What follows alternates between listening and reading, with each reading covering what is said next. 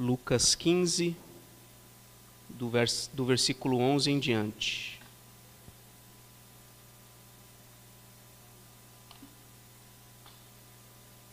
Diz assim a palavra do Senhor. Jesus continuou: certo homem tinha 2 filhos. O mais moço deles disse ao pai: Pai, quero que o Senhor me dê a parte dos bens que me cabe. E o pai repartiu os bens entre eles. Passados não muitos dias, o filho mais moço, ajuntando tudo o que era seu, partiu para uma terra distante e lá desperdiçou todos os seus bens, vivendo de forma desenfreada. Depois de ter consumido tudo, sobreveio àquele país uma grande fome, e ele começou a passar necessidade.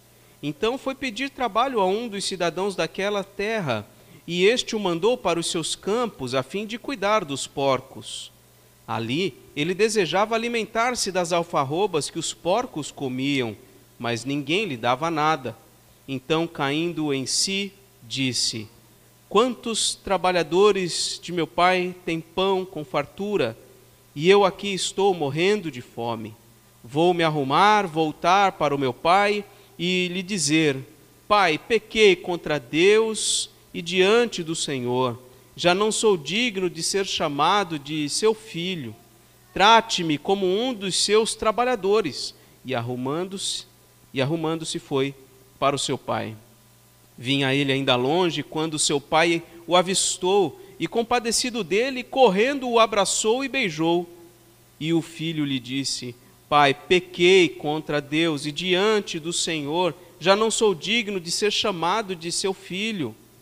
O pai, porém, disse aos servos: Tragam depressa a melhor roupa e vistam nele, ponham um anel no dedo dele e sandálias nos pés. Tragam e matem o bezerro gordo. Vamos comer e festejar, porque este meu filho estava morto e reviveu, estava perdido e foi achado. E começaram a festejar. Ora, o filho mais velho estava no campo. Quando voltava, ao aproximar-se da casa, ouviu a música e as danças. Chamou um dos empregados e perguntou o que era aquilo. E ele informou: o seu irmão voltou. E, por tê-lo recuperado com saúde, o seu pai mandou matar o bezerro gordo. O filho mais velho se indignou e não queria entrar. Saindo, porém, o pai procurava convencê-lo a entrar. Mas ele respondeu ao seu pai: Faz tantos anos que sirvo o Senhor e nunca transgredi um mandamento seu, mas o Senhor nunca me deu um cabrito sequer para fazer uma festa com os meus amigos. Mas quando veio esse seu filho, que sumiu com os bens do Senhor, gastando tudo com prostitutas, o Senhor mandou matar o bezerro gordo para ele. Então o pai respondeu: Meu filho, você está sempre comigo, tudo que eu tenho é seu. Mas era preciso festejar e alegrar-se, porque este seu irmão estava morto e reviveu, estava perdido e foi achado. Senhor Deus, ilumina a nossa mente e coração para compreendermos a Tua palavra e para, ó Deus, aplicarmos ela à nossa vida. Produz em nossas vidas aquilo que o Senhor deseja, Senhor, a partir do ensino dessa palavra, em nome de Jesus. Amém. Versículo 2 do capítulo 15, irmãos, nos diz que os fariseus e os escribas murmuravam, dizendo sobre Jesus: Este recebe pecadores e come com eles. Murmuraram, dizendo isso a respeito de Jesus. E na sequência, Jesus conta 3 parábolas para responder a essa murmuração. A questão que ele responde é por que ele aceita responder, por que Jesus aceita receber em sua presença os pecadores a ponto de comer com eles? Essa é a questão que ele responde primeiramente com a parábola da ovelha perdida. Jesus conta essa parábola para revelar o seu amor pelo pecador perdido, a sua alegria em resgatá-lo. O arrependimento desse pecador resgatado é motivo de alegria no céu, diz o Senhor, mais do que por 99 justos que acham que não têm do que se arrepender. E a segunda parábola, a partir aí do versículo 8, tem a mesma mensagem, é a parábola da dracma perdida, aquela moeda valiosa que a mulher perdeu e varre a casa todinha para encontrar, e quando acha, então chama as suas amigas para fazer uma festa. No último sermão, com base então do versículo 1 ao verso 10, nós vimos em primeiro lugar que Jesus é de fato aquele que recebe pecadores. Ele não está contradizendo o que os fariseus estão murmurando, não, ele diz, eu sou esse. Jesus veio ao mundo justamente para isso, para perdoar pecadores, para santificar pecadores, para preparar esses pecadores para o céu. Ele veio resgatar as suas ovelhas perdidas. Em segundo lugar, a gente viu no último sermão que Jesus é ativo e intencional na busca pelos pecadores. Assim como o pastor da parábola da ovelha perdida foi ativo e intencional na busca por ela, assim como a mulher foi ativa e intencional na busca da sua dracma, Jesus é ativo e intencional na busca pelos perdidos. E em terceiro lugar, nós vimos que o arrependimento dos pecadores promove alegria nos céus. E hoje nós vamos nos concentrar na terceira parábola, que, em essência, traz a mesma mensagem, né? A parábola do filho perdido. Ela carrega a mesma mensagem das duas parábolas anteriores, mas com uma história muito mais vívida, muito mais impactante, poderíamos dizer, ao ponto de parecerem fatos reais. Tem pessoas que conhecem essa história e acham que realmente ela aconteceu, mas na verdade é uma parábola, é uma história criada por Jesus para transmitir um ensinamento. Muita gente que nunca nem botou os pés numa igreja conhece essa história. Embora a parábola seja descrita aí do 11 até o 32, eu vou me concentrar na mensagem de hoje mais até o versículo 24. E há várias lições importantes que essa parábola nos traz. A primeira delas, ouça com atenção essa lição. O seu coração naturalmente se inclina a viver longe de Deus. Essa é uma verdade importante. A primeira delas, o seu coração naturalmente se inclina a viver longe de Deus. Versículos 11 a 13. Jesus continuou: certo homem tinha 2 filhos, o mais moço deles disse ao pai: Pai, quero que o Senhor me dê a parte dos bens que me cabe. E o pai repartiu os bens entre eles, e passados não muitos dias, o filho mais moço, ajuntando tudo que era seu, partiu para uma terra distante, e lá desperdiçou todos os seus bens, vivendo de forma desenfreada. O homem é por natureza rebelde, orgulhoso. O homem é por natureza desejoso de se afastar de Deus. O apóstolo Paulo, repetindo o Salmo, ele vai dizer que não há justo nenhum sequer. Não há quem entenda, não há quem busque a Deus. Todos se extraviaram. Não há quem faça o bem, não há nenhum sequer. Nós somos por natureza rebeldes. Nosso desejo não é de agradar a Deus, não é de buscar a Deus. O profeta Isaías, no capítulo 53, versículo 6, diz o seguinte: todos nós andávamos desgarrados, como ovelhas, cada um se desviava pelo seu próprio caminho. Essa é a realidade do ser humano, essa é a nossa realidade. O pecado nos leva a desejar viver longe de Deus, desperdiçar os dons, os talentos e todos os recursos que Ele colocou nas nossas mãos como nós bem quisermos. O pecado nos leva a isso, a desperdiçarmos o que é de Deus e está sob os nossos cuidados, sem a direção, sem a orientação clara da Sua palavra. Essa é a primeira lição que nós precisamos aprender. O nosso coração naturalmente se inclina a viver longe de Deus. Em segundo lugar, a segunda lição: seguir o seu coração traz graves consequências. Seguir o seu próprio coração traz graves consequências. Do versículo 14 ao 16, leia comigo. Depois de ter consumido tudo, sobreveio àquele país uma grande fome. Ele começou a passar necessidade. Então foi pedir trabalho a um dos cidadãos daquela terra, e este o mandou para os seus campos, a fim de cuidar dos porcos, e ali ele desejava alimentar-se das alfarrobas que os porcos comiam, mas ninguém lhe dava nada. O coração natural do homem busca se libertar de Deus, mas ao fazer isso, ele acaba se amarrando a uma condição de escravidão e miséria.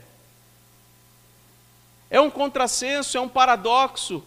O homem, quando tenta se libertar de Deus, na verdade ele está se escravizando, está se tornando escravo dos seus próprios desejos pecaminosos.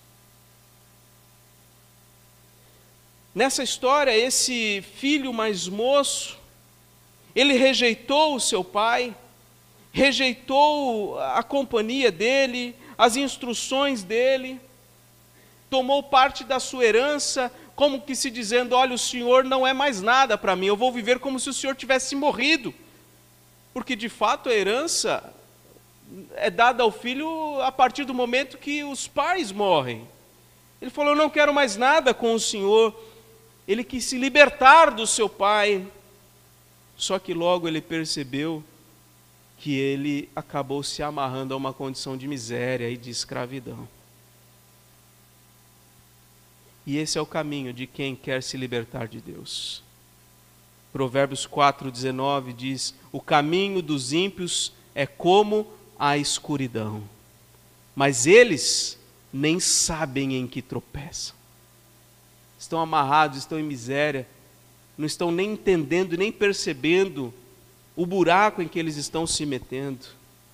Provérbios 15, versículo 10 diz: disciplina rigorosa há para o que abandona o caminho, e quem odeia a repreensão morrerá. Irmãos, a condição que esse jovem, esse rapaz, nessa história, ele chegou, é a condição que muitos chegam quando querem se livrar de Deus, uma condição de miséria. Deus pesa a mão. Pesa a mão de muitas formas. Nós falamos isso, inclusive, hoje pela manhã, sobre a disciplina e a correção de Deus, a paideia de Deus, que não só nos instrui, mas nos disciplina, nos castiga, nos corrige. Disciplina rigorosa, diz a Escritura, existe para quem abandona o caminho. Quem quer se libertar de Deus vai sofrer sobre si o peso da mão de Deus, de muitas formas. Em Jeremias 2,19 diz que a sua própria maldade, a maldade do ímpio, o castigará. As suas infidelidades o repreenderão. Saiba, pois, e veja como é mau e quão amargo é deixar o Senhor, seu Deus, e não ter temor de mim, diz o Senhor dos Exércitos.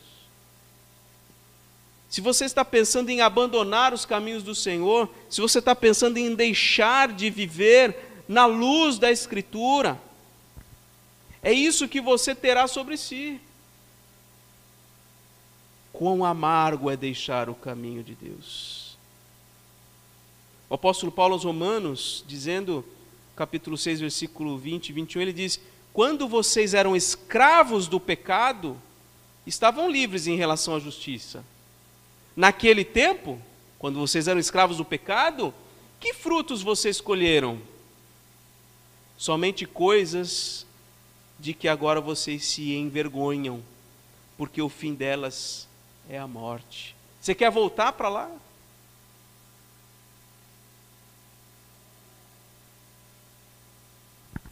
O homem tenta parecer satisfeito longe de Deus.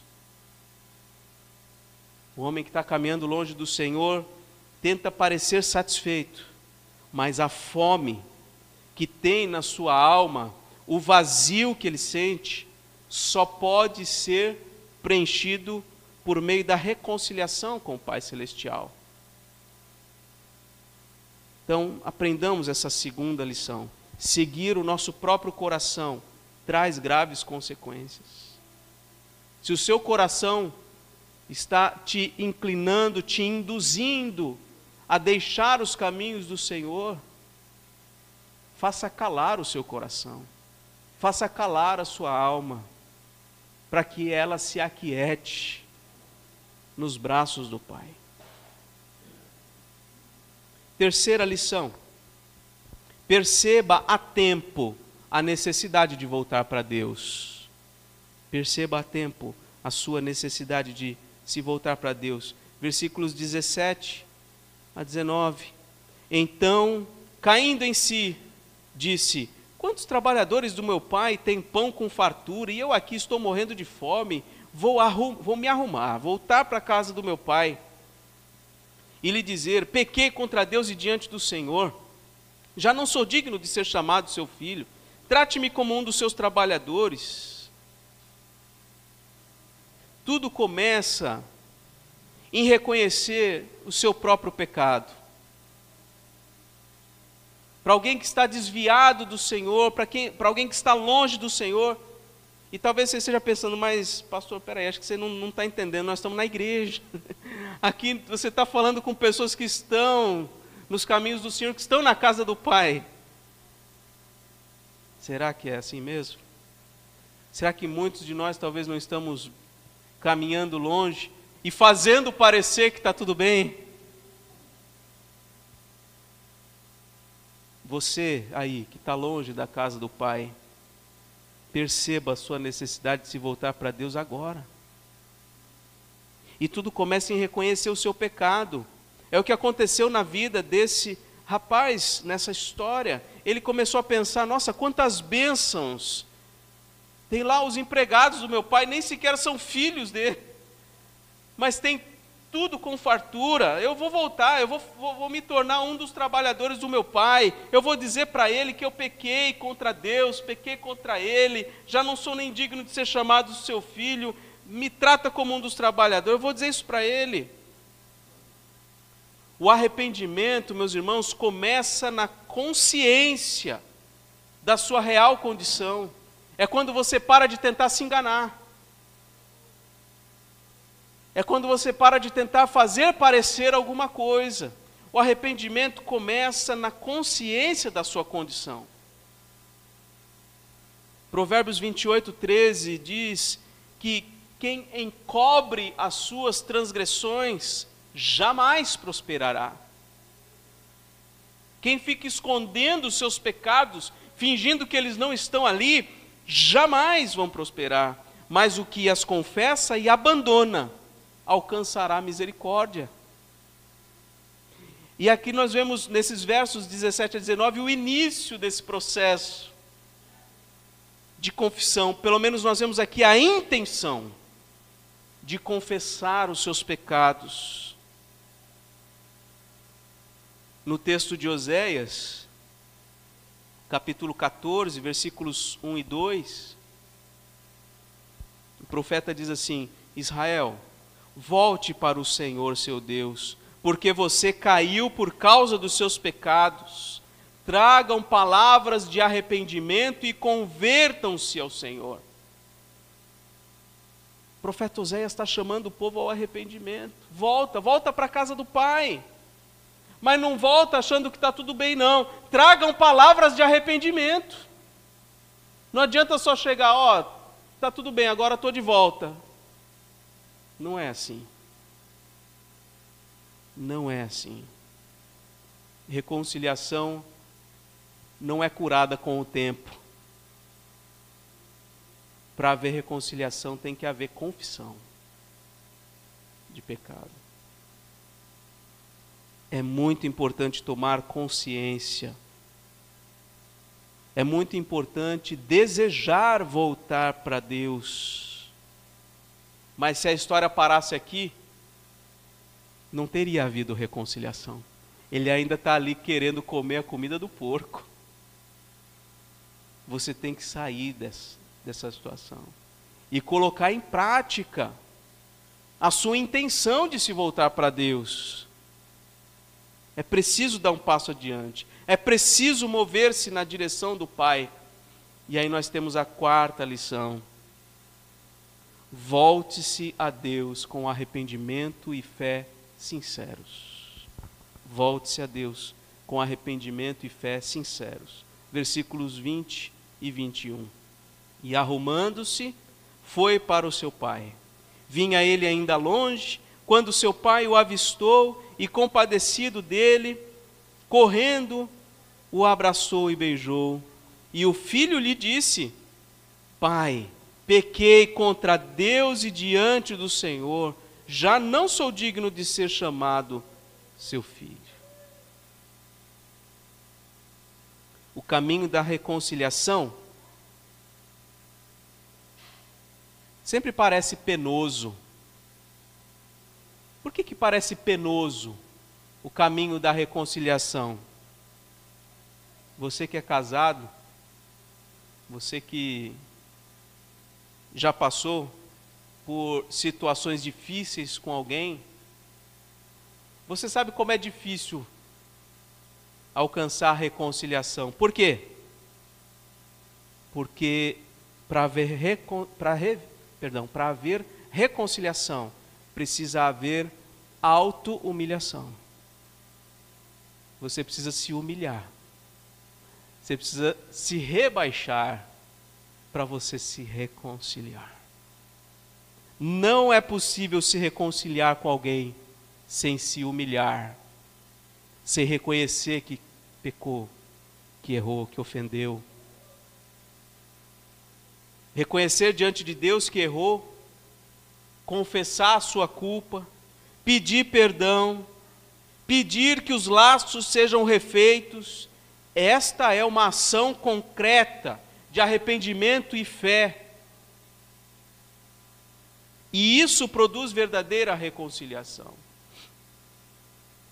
Não basta só voltar a frequentar a igreja. Não basta só voltar a fazer o que se fazia antes. Volte-se para Deus, mas expressando com sinceridade arrependimento e fé. Em Isaías 55:7, Deus nos diz: deixe o perverso o seu caminho, o iníquo os seus pensamentos, converta-se ao Senhor, que se compadecerá dele, e volte-se para o seu Deus, que é rico em perdoar. É o momento de voltar para Deus, voltar para a casa do Pai, abandonar o caminho da transgressão e do pecado. É preciso deixar o caminho perverso e se voltar para Deus com sincero arrependimento, na certeza absoluta de que o Senhor é rico em perdoar. Ele aceita todo pecador arrependido. Ele não nega perdão a quem sinceramente o busca. Se o meu povo, que se chama pelo meu nome, se humilhar, orar, me buscar, se converter dos seus maus caminhos, diz o Senhor, eu ouvirei dos céus, perdoarei os seus pecados e sararei a sua terra. O Senhor não rejeita aqueles que se aproximam dele, que se voltam para ele, que o rejeitaram anteriormente, que desperdiçaram seus bens, mas que agora voltam com o coração arrependido.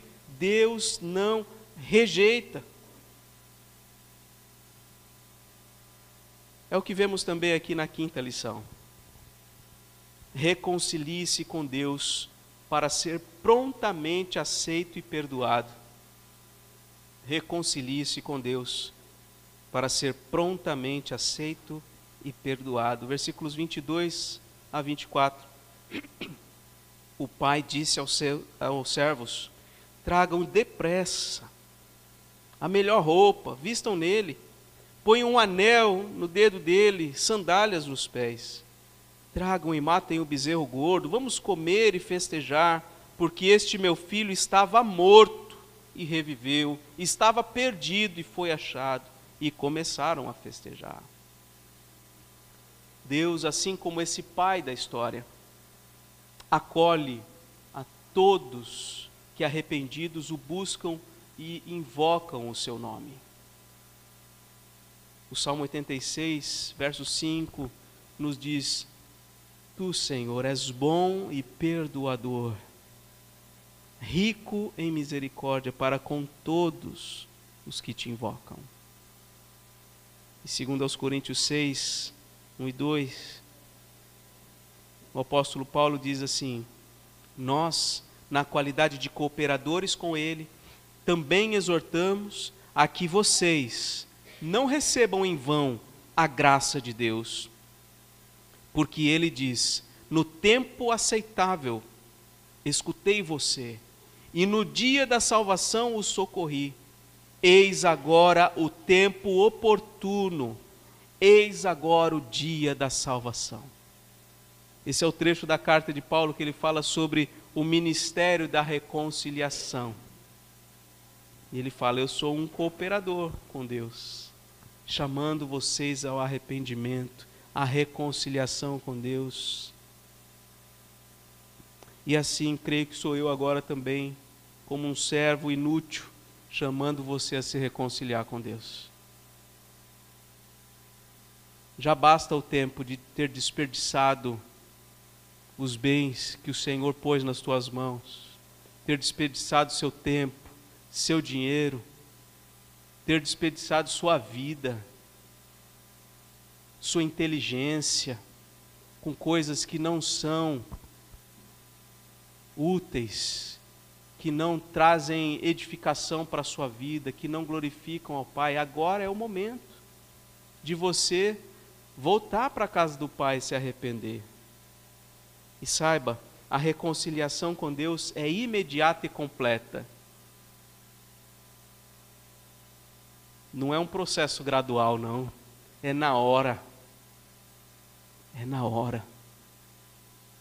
Quem se ajoelha para se humilhar diante de Deus, clamar por perdão, vai se levantar perdoado. E ninguém pode ousar acusar. Quem vai acusar? Aquele que Deus justificou.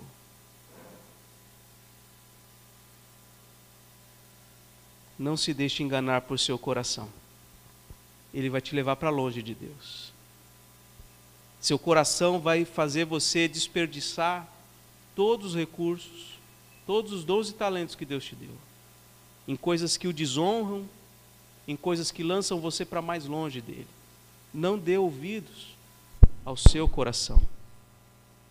E nesse lugar de miséria, quando você perceber que nada e nem ninguém pode suprir as suas necessidades, como o seu Pai Celestial, essa é a hora de você se voltar para Ele. Se arrependa, creia no seu amor, confie que Ele é gracioso e que Ele perdoa você. Tome iniciativa hoje, volte-se para Deus, reconcilie-se com Ele, e assim você poderá ter de volta o prazer da presença de Deus, o perdão de todas as suas culpas e todos os privilégios de filho. Que bênção, não é? Graças a Deus.